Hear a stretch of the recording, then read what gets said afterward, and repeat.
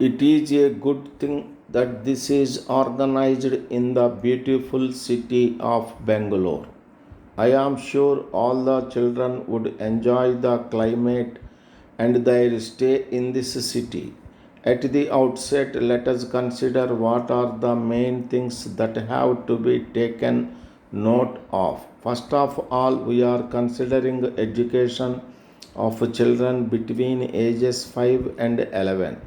In this connection, I would like to emphasize this fact because the education of children between these ages is not a thing peculiar to this country.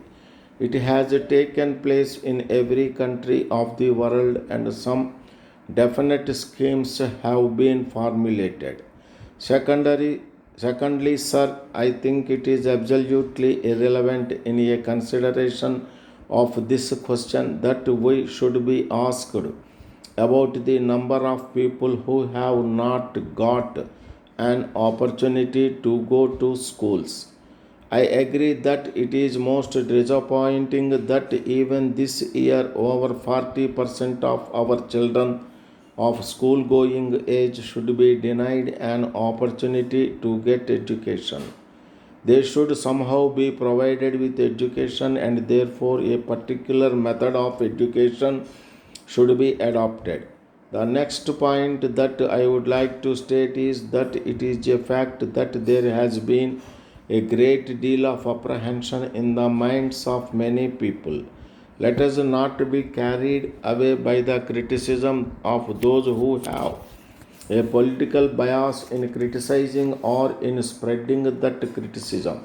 I stress that all educational endeavor and educational reforms should be free from all political influences, whether it be the political influence of the party in power or the influence of any political party in opposition or any other party in the country.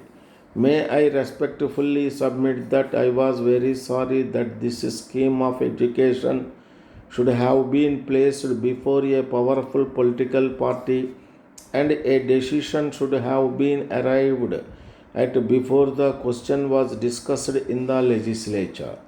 My own feeling in the matter is that all educational reforms should be a reform accepted by all sections of the people and would enrich the knowledge and understanding in various aspects. So far as this question is concerned, there are two main things. We need not discuss minor issues. The factors that are concerned in this case are the children of school going age, the parents whose wishes should also be taken into consideration, the teachers who are responsible for imparting this education, the general public, and lastly, perhaps, we have the legislatures. In taking note of all these factors, we must not forget that the first thing that we have to realize is that in educating our children, which is a national responsibility, we have to recognize the fact that they are children and have got to be trained in a particular manner. Every country has recognized that a child at this tender age must be introduced into the educational spheres of activity on the lines that have been so repeatedly stated, that is, through education and play. Both should go together. The question of the period of instruction is not most important thing if only we can be satisfied about the efficiency of teaching. I ask, does not this matter require some enquiry? Is it suggested that because educational authorities say that this is quite sufficient, we must immediately accept that? That is one reason why we felt that it will be good if we had some sort of a committee appointed for this purpose. I would request the government to consider whether these children should do something of the vocation of their parents. Another important matter is the formation of Parent Teachers Association at every big school. Matters affecting the children's education can be discussed freely and frankly at the regular meetings of the parent teachers associations, and the different problems can be sorted out easily. With these few words, I thank you once again, sir, for giving me this opportunity.